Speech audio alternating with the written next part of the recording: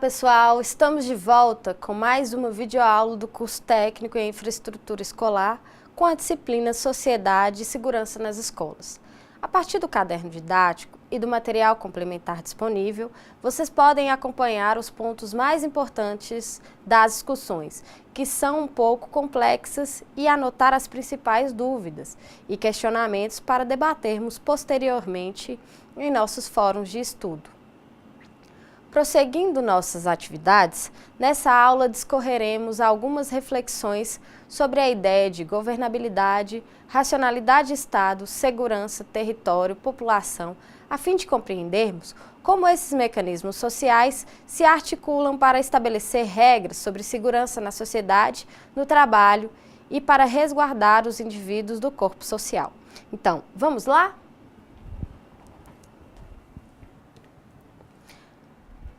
Algumas reflexões importantes para iniciarmos os estudos. Ponto 1.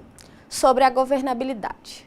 É o modo como a máquina administrativa se relaciona com o social.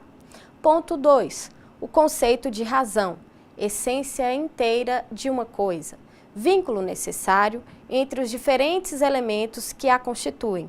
Razão como poder de conhecimento que repousa sobre a necessidade de organização das coisas, sujeição da vontade para a manutenção da ordem, orquestração das paixões. Ponto 3. Conceito de subjetividade, poder da alma que permite conhecer a verdade das coisas. Por isso, é possível compreender que o Estado tem esse jogo duplo.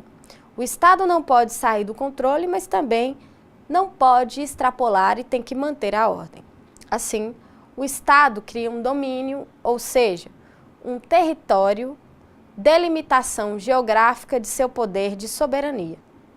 Dessa maneira, estabelece a jurisdição, que é um conjunto de leis, regras e costumes, quase sempre coordenados por uma instituição ou um conjunto de instituições.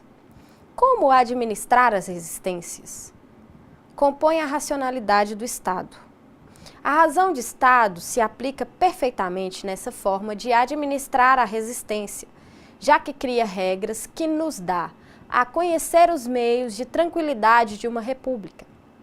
Dessa forma, o cuidado político que se deve ter em todos os negócios públicos e que deve tender unicamente à conservação, à ampliação e à felicidade do Estado. Por isso, é possível que não haja propriamente irracionalidade na constituição do Estado. Ou seja, qualquer ação que o Estado invista sobre o indivíduo é legítima. Só se pode fazer uma descrição efetiva do Estado a partir de uma trama de instituições, saberes e práticas. Justamente porque o Estado não se constitui enquanto uma unidade. Qual é o espaço que o Estado não tem nenhuma intervenção?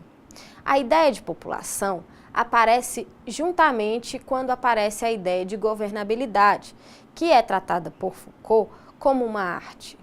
Como produzir sujeitos, segundo a lógica do biopoder, a partir de determinadas tecnologias de poder. A ideia de população, portanto, não é a de corpo social. A origem do Estado não é um contrato, porque o Estado não nasce de uma ideia de Estado. Como pensar o modo de ação das instituições e o seu papel na vida do indivíduo? Estamos inseridos numa realidade social e a ela estamos adequados, sob pena de nos sentirmos desadequados ao nosso meio social, acarretando como consequência sofrimento psíquico.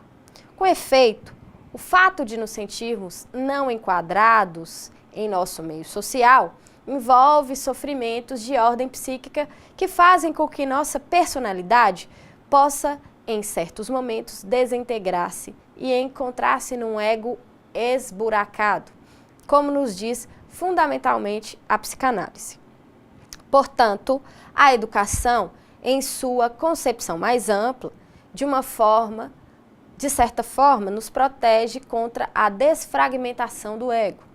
Vamos ver agora alguns elementos que contribuem para a manutenção de nossa estrutura psíquica. Em toda e qualquer instituição social, seja ela a família, a igreja, a escola ou os próprios meios de comunicação de massa, encontramos a presença de regras e de certos procedimentos que são padronizados e que contribuem para que sejam mantidas as organizações de grupos e a própria satisfação da necessidade dos indivíduos que dela participam. Portanto, compreender as instituições sociais é de fundamental importância para até mesmo compreendermos a nós e as nossas circunstâncias. Quando trabalhamos em instituições sociais, dois elementos merecem destaque: a presença do grupo social e da instituição social enquanto realidades de caráter distinto, mas fundamentalmente interdependentes. O grupo social diz respeito à reunião de indivíduos que interagem atendendo às suas necessidades. Já quando trabalhamos com as instituições sociais, estamos trabalhando com todo um conjunto de regras e de normas que se encontram padronizadas no contexto social, que permitem a indivíduos e grupos constituir repertórios específicos de ações individuais e coletivas, que lhes possibilitem circular adequadamente no contexto social mais amplo. A escola como polo irradiador da cultura. É possível considerar a escola como polo irradiador de cultura? Ora, se entendermos que a escola é um espaço de acúmulo de experiências culturais em que todos os membros que a integram são capazes de aprender a pensar, se relacionar, expressar, então é possível, sim, que a escola seja um polo irradiador de cultura. Como viemos dizendo, a escola está repleta de condições para difusão de cultura. As próprias aulas, o modo como se organiza a escola, a missão da escola, tudo isso é responsável pelas construções culturais da humanidade. A sociedade, então, é fruto das relações que se estabelecem entre grupos humanos, que buscam sobreviver em seu sentido imediato histórico. É a partir da necessidade de sobrevivência imediata e histórica que caracteriza todos os seres humanos que se constituem universos de representações coletivas. Devemos compreender a Igreja como um grupo social específico, na medida em que nele encontramos indivíduos que possuem uma mesma fé e que se encontram ligados pelas mesmas regras e ao mesmo líder espiritual. Nesse sentido, toda e qualquer igreja tem como função específica a formação religiosa de indivíduos e grupos. É sempre necessário que o indivíduo possua um referencial no qual possa se apoiar e com o qual possa estabelecer a lógica de seus procedimentos e agir dentro dos espaços de interlocução que lhes são facultados no interior do contexto por ele vivenciado. Ele necessita de um discurso que, uma vez internalizado, lhe permita a construção do referencial, que para ele funcionará como guia e fará com que possa situar-se dentro dos parâmetros aceitos pela sociedade.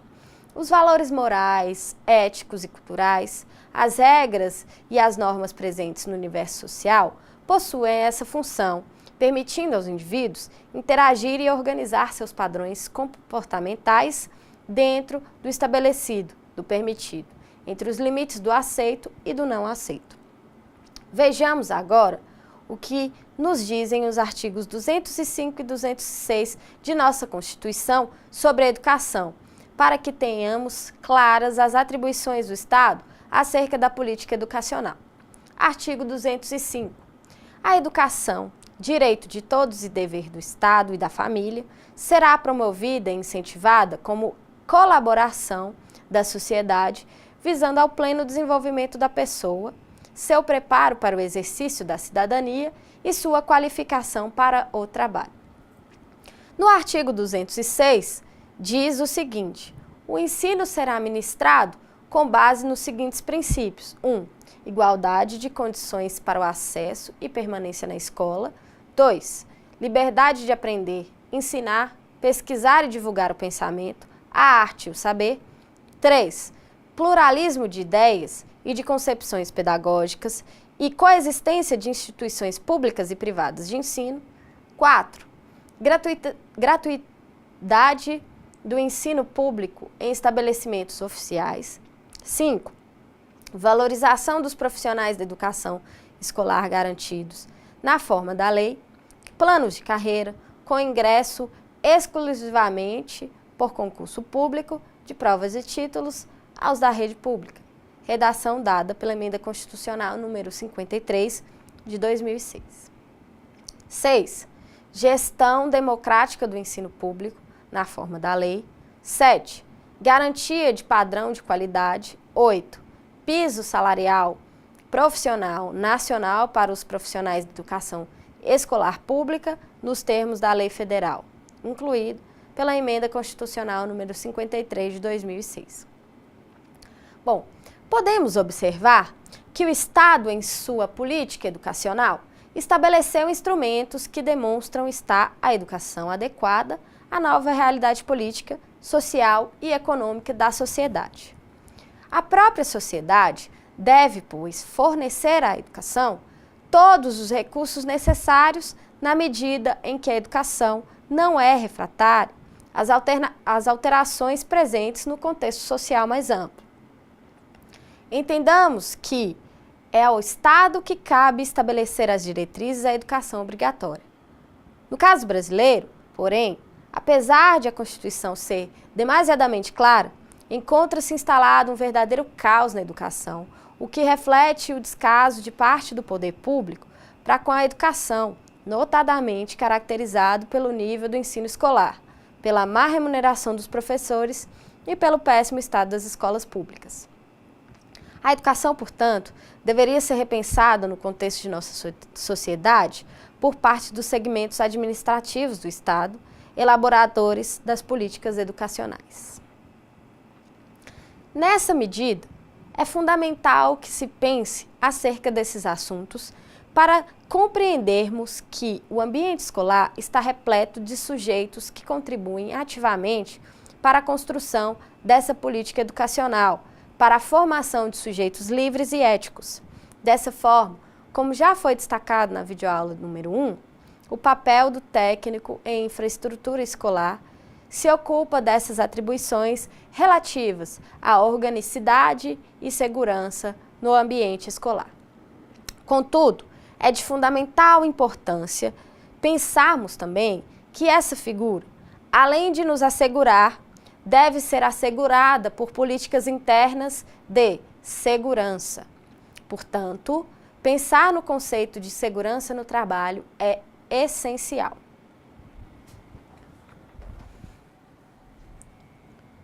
Segurança no trabalho. Para quem? A segurança do trabalho em escolas é um tema que merece tanta atenção quanto o projeto político-pedagógico, o PPP, o nível do aprendizado dos alunos ou a formação continuada de seus professores. Se as questões estruturais de uma escola não garantem a segurança do trabalho, todo o restante pode ser em vão. Entre as questões que circundam o tema segurança do trabalho em escolas estão a compra e a manutenção de equipamentos adequados a todas as tarefas ali realizadas, evitando riscos e doenças ocupacionais. Mobiliários inadequados e má postura são grandes vilões contra a segurança do trabalho em escolas, causando problemas como lesão por esforço repetitivo, LER, doenças osteoarticulares relacionadas ao trabalho, DORT, lombalgia ocupacional, hérnia de disco e dores lombares.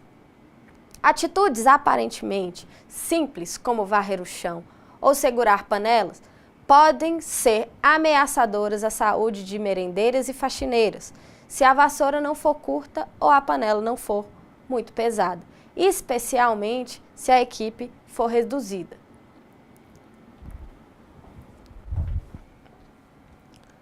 Segurança do trabalho em escolas, limpeza e higiene. As faxineiras da escola, por vezes, sofrem consequência do contato com produtos químicos que se manifestam como dermatites e irritações nas vias aéreas. Luvas, máscaras e um trabalho de ginástica laboral são medidas fundamentais para prevenir esses problemas silenciosos, que, uma vez instaurados, podem incapacitar os profissionais para o trabalho. A água também constitui um problema ou uma solução. Todo prédio escolar deve ter instalações sanitárias arejadas, adequadas, limpas e que forneçam água potável. E toda proposta pedagógica deveria contemplar educação sanitária e ambiental para funcionários, estudantes e também as suas famílias. Embora a legislação brasileira e a Organização Mundial da Saúde, OMS, afirmem que a saúde é um direito de todos e um dever do Estado, o Ministério da Educação, MEC, aponta uma gritante desigualdade nos serviços de água e saneamento na América Latina, especialmente nas áreas rurais. Mas, para uma boa relação de segurança do trabalho em escolas, a instituição de ensino não deve se limitar à informação, incorporando medidas de segurança e ampliando áreas de capacitação para uma vida mais saudável. Isso vai além de higiene e saúde na teoria, reforçando bons hábitos e atitudes de todos que frequentam o ambiente escolar. Segurança do trabalho em escolas, vandalismo. Não raro, as escolas convivem com pichações e depredações, tanto externas quanto internas, vindas muitas vezes dos próprios estudantes. Estudos apuram como as razões que levam a esses atos de violência, as vulnerabilidades sociais, as discriminações e a falta de perspectiva de trabalho futuro, aliadas à farta oferta de drogas ilícitas e lícitas no entorno da escola. Isso forma um caldo cultural instável que culmina na violência em sala de aula, nos pátios, nas quadras e nos demais ambientes das escolas. Outras pesquisas também revelam que intervenções externas e autoritárias apenas agravam o problema. Apontam também que seria frutífero, nesse sentido, transformar repressão em expressão, por meio de um diálogo aberto entre estudantes e o conselho escolar. Entrevistas com autoridades da segurança local, além da transformação de expressões negativas, como pichações, em manifestações artísticas dos próprios alunos, por exemplo, ao transformar o muro da escola em um mural motivando a criatividade. Segurança do trabalho em escolas, medidas de prevenção. Atenção ao número de funcionários. O PPP precisa contemplar um número de funcionários adequado ao número de projetos da escola. O principal parâmetro para achar o nível de responsabilidade com que se trata a segurança do trabalho nas escolas é a presença ou ausência de sobrecarga física ou psíquica entre os funcionários. Saber ouvir e compreender. São os próprios funcionários das escolas que apontarão como têm desempenhado suas funções, assim como as mudanças necessárias para contribuir com a segurança do trabalho em escolas. Por isso, a opinião deles merece toda a atenção dos gestores, seja em conversas informais ou em reunião periódica. Avaliação do ambiente. O Programa de Prevenção de Riscos Ambientais, PPRA, é obrigatório a todas as empresas que possuem funcionários contratados desde 1994. O PPRA visa analisar os mais diversos ambientes de trabalho para detectar situações de risco que podem ocasionar acidentes de trabalho ou doenças ocupacionais e oferecer medidas de prevenção. Os técnicos detectam agentes físicos como temperaturas extremas, radiação ou ruído, agentes biológicos como fungos, bactérias ou parasitas, agentes químicos como poeira, vapores ou gases. Capacitação em segurança do trabalho em escolas. Palestras, oficinas e treinamentos com pessoal especializado, entre outras medidas de orientação, devem ser adotadas como orientação e conscientização de segurança do trabalho em escolas. Segurança do trabalho em escolas, algumas considerações. A educação é um processo vivo e, exatamente por isso, é importante que a segurança do trabalho em escola seja matéria de contínua discussão, em especial em reunião do Conselho Deliberativo, que fomenta o diálogo entre profissionais da educação, educandos, pais e responsáveis. Somente o diálogo poderá sobrepujar os principais problemas. Somente garantindo a segurança das comunidades e trabalhando a cidadania é possível garantir a segurança do trabalho em escolas que a ela pertencem, seja pelo engajamento em movimentos sociais de melhoria, seja participando de políticas mais amplas ligadas à legislação.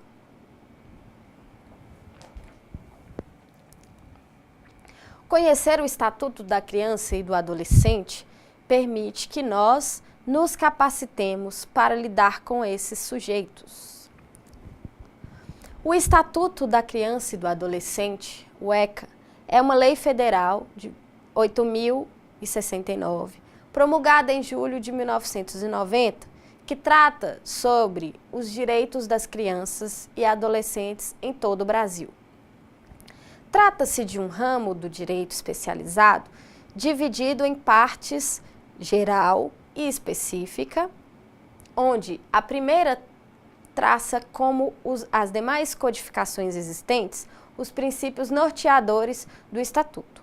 Já a segunda parte estrutura a política de atendimento, medidas, conselho tutelar, acesso jurisdicional e apuração de atos infracionais.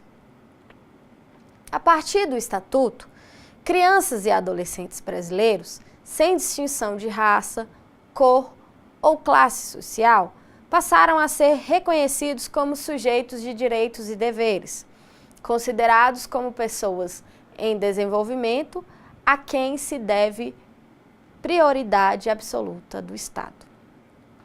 O objetivo estatutário é a proteção dos menores de 18 anos, proporcionando a eles um desenvolvimento físico, mental, moral e social condizentes com os princípios constitucionais da liberdade e da dignidade, preparando para a vida adulta em sociedade.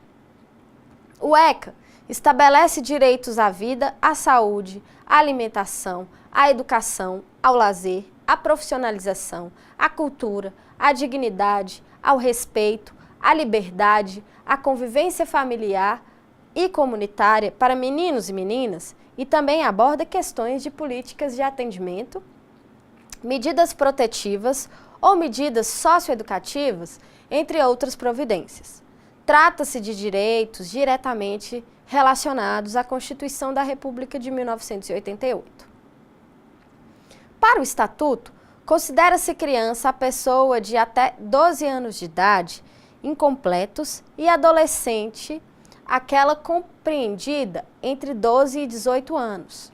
Entretanto, aplica-se o Estatuto excepcionalmente a pessoas entre 18 e 21 anos de idade em situações que serão aqui demonstradas.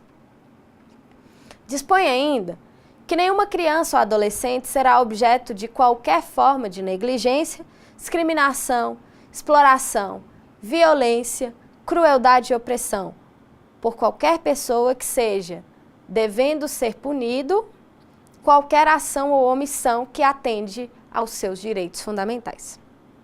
Ainda, no seu artigo 7º, disciplina que a criança e o adolescente têm direito à proteção e à vida, além da saúde, mediante a efetivação de políticas sociais públicas que permitam o nascimento e o desenvolvimento sadio e harmonioso em condições dignas de existência.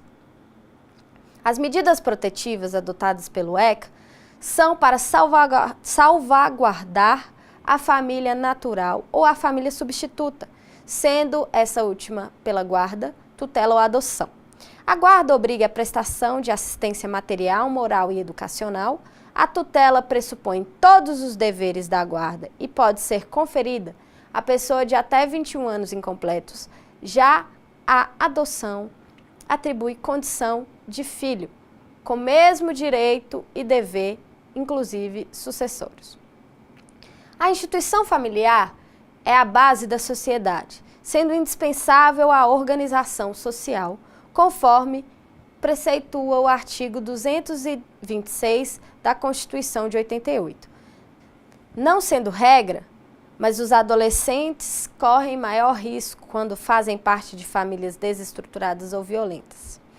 Cabe aos pais o dever de sustento, guarda e educação dos filhos, não constituindo motivo de escusa ou falta ou a carência de recursos materiais, sob pena da perda ou suspensão do pátrio poder.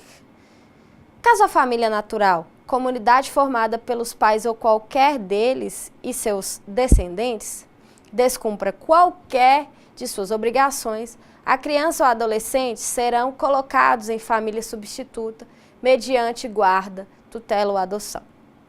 Toda criança ou adolescente tem direito a ser criado e educado no seio de sua família e, excepcionalmente, em família substituta, assegurada a convivência familiar e comunitária em ambiente livre da presença de pessoas dependentes de substâncias entorpecentes. Por tal razão, que a responsabilidade dos pais é enorme no desenvolvimento familiar e dos filhos, cujo objetivo é manter ao máximo a estabilidade emocional, econômica e social. A perda de valores sociais ao longo do tempo também são fatores que interferem diretamente no desenvolvimento das crianças e adolescentes, visto que não permanecem exclusivamente inseridos na entidade familiar. Por isso, é dever de todos prevenir a ocorrência de ameaça ou violação dos direitos das crianças e dos adolescentes, tanto que cabe à sociedade, família e ao poder público proibir a venda e comercialização à criança e ao adolescente de armas, munições, explosivos, bebida alcoólica, drogas, fogos de artifício, revistas de conteúdo adulto e bilhetes lotéricos ou equivalente. Cada município deverá haver, no mínimo, um conselho tutelar composto de 5 membros, escolhidos pela comunidade local, regularmente eleitos e empossados, encarregado pela sociedade de zelar pelo cumprimento dos direitos da criança e do adolescente. O Conselho Tutelar é uma das entidades públicas competentes a salvaguardar os direitos das crianças e dos adolescentes nas hipóteses em que haja desrespeito, inclusive com relação a seus pais e responsáveis, bem como aos direitos e deveres previstos na legislação do ECA e na Constituição. São deveres dos conselheiros tutelares: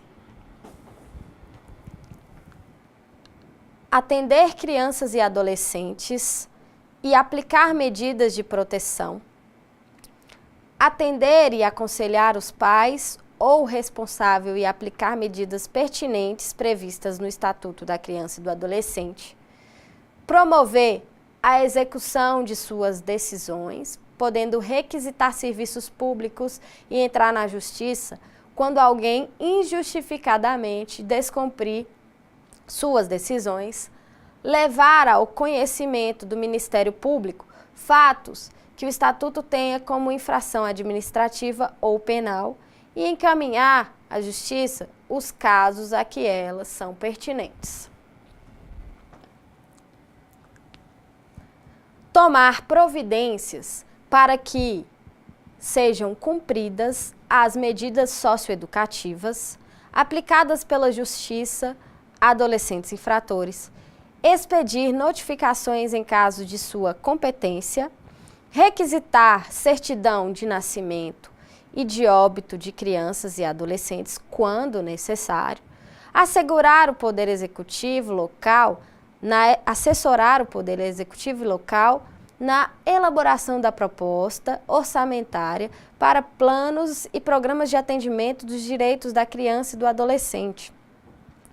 Entrar na justiça em nome das pessoas e das famílias para que essas se defendam de programas de rádio e televisão que contrariem princípios constitucionais, bem como de propaganda de produtos, práticas e serviços que possam ser nocivos à saúde e ao meio ambiente.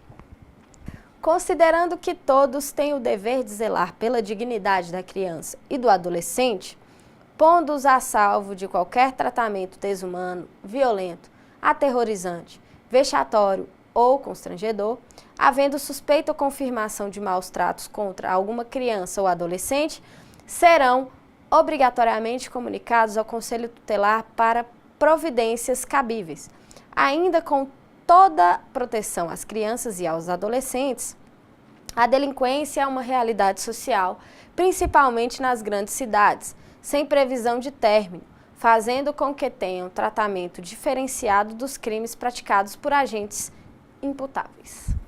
Os crimes praticados por adolescentes entre 12 e 18 anos incompletos são denominados atos infracionais passíveis de aplicação de medidas socioeducativas. Os dispositivos do Estatuto da Criança e do Adolescente disciplinam situações nas quais tanto o responsável quanto o menor devem ser instados a modificarem atitudes, definindo sanções para os casos mais graves. Nas hipóteses do menor cometer ato infracional, cuja conduta sempre estará descrita como crime ou contravenção penal, para os imputáveis, poderão sofrer sanções específicas, aquelas descritas no Estatuto como medidas socioeducativas.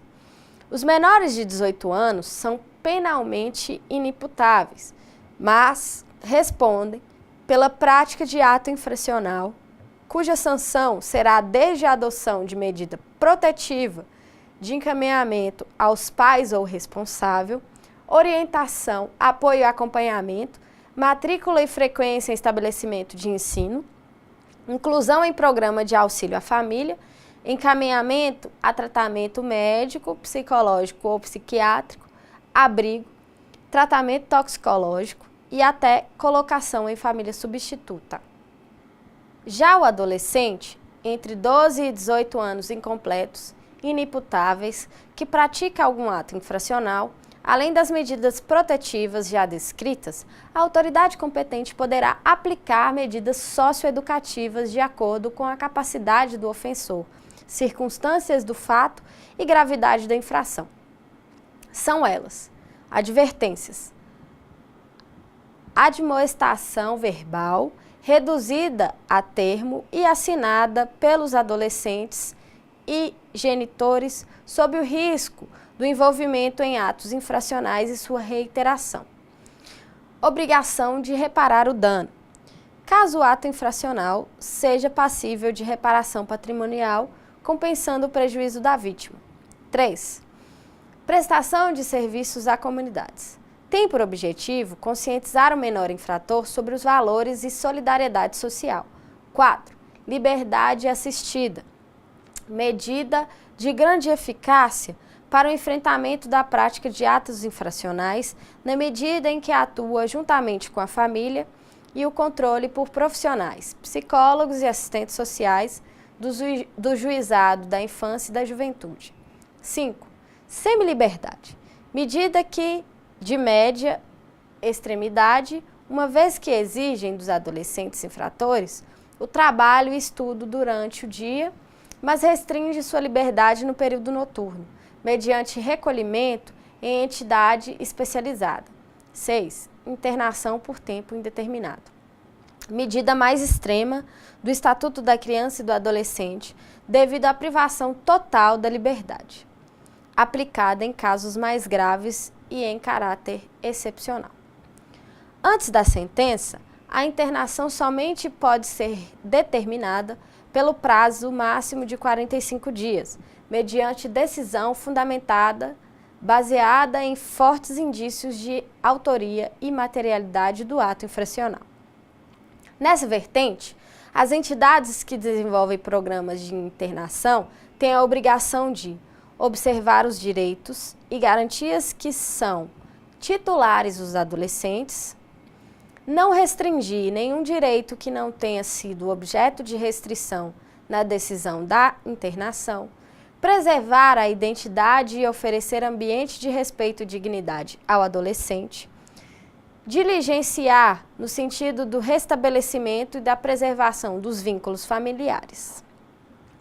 Uma vez aplicada, as medidas socioeducativas podem ser implementadas até que sejam completados 18 anos de idade. Contudo, o cumprimento pode chegar aos 21 anos de idade nos casos de internação, nos termos do artigo 2º, parágrafo 5º do ECA. Assim, como no sistema penal tradicional, as sanções previstas no Estatuto da Criança e do Adolescente apresentam preocupação com a reeducação e a ressocialização dos menores infratores. Antes de iniciado o procedimento de apuração do ato infracional, o representante do Ministério Público poderá conceder o perdão, remissão, como forma de exclusão do processo, se atendido às circunstâncias e consequências do fato, contexto social, personalidade do adolescente e sua maior ou menor participação no ato infracional. Por fim, o Estatuto da Criança e do Adolescente institui medidas aplicáveis aos pais ou responsáveis de encaminhamento a programa de proteção à família, inclusão em programas de orientação a alcoólatras e toxicomânicos, encaminhamento a tratamento psicológico ou psiquiátrico, encaminhamento a cursos ou programas de orientação, obrigação de matricular e acompanhar o aproveitamento escolar do menor, advertência, perda da guarda, destituição da tutela e até suspensão ou destituição do pátrio poder. O importante é observar que as crianças e os adolescentes não podem ser considerados autênticas propriedades de seus genitores, visto que são títulas de direitos humanos como quaisquer pessoas, dotados de direitos e deveres como demonstrado. E com isso, encerramos os assuntos da nossa segunda videoaula. Eu espero que vocês tenham gostado e que tenham absorvido ao menos um pouco do que vimos aqui hoje. Lembre-se de acessar a sala virtual, participar dos fóruns e postar as suas dúvidas. Foi excelente para mim, enquanto profissional e humana, trabalhar essa disciplina com vocês. Tenho certeza de que, ao preparar as aulas, tive o cuidado de estudar cada uma dessas questões e aprender mais. Não se esqueçam de colocar em prática tudo o que foi aprendido aqui.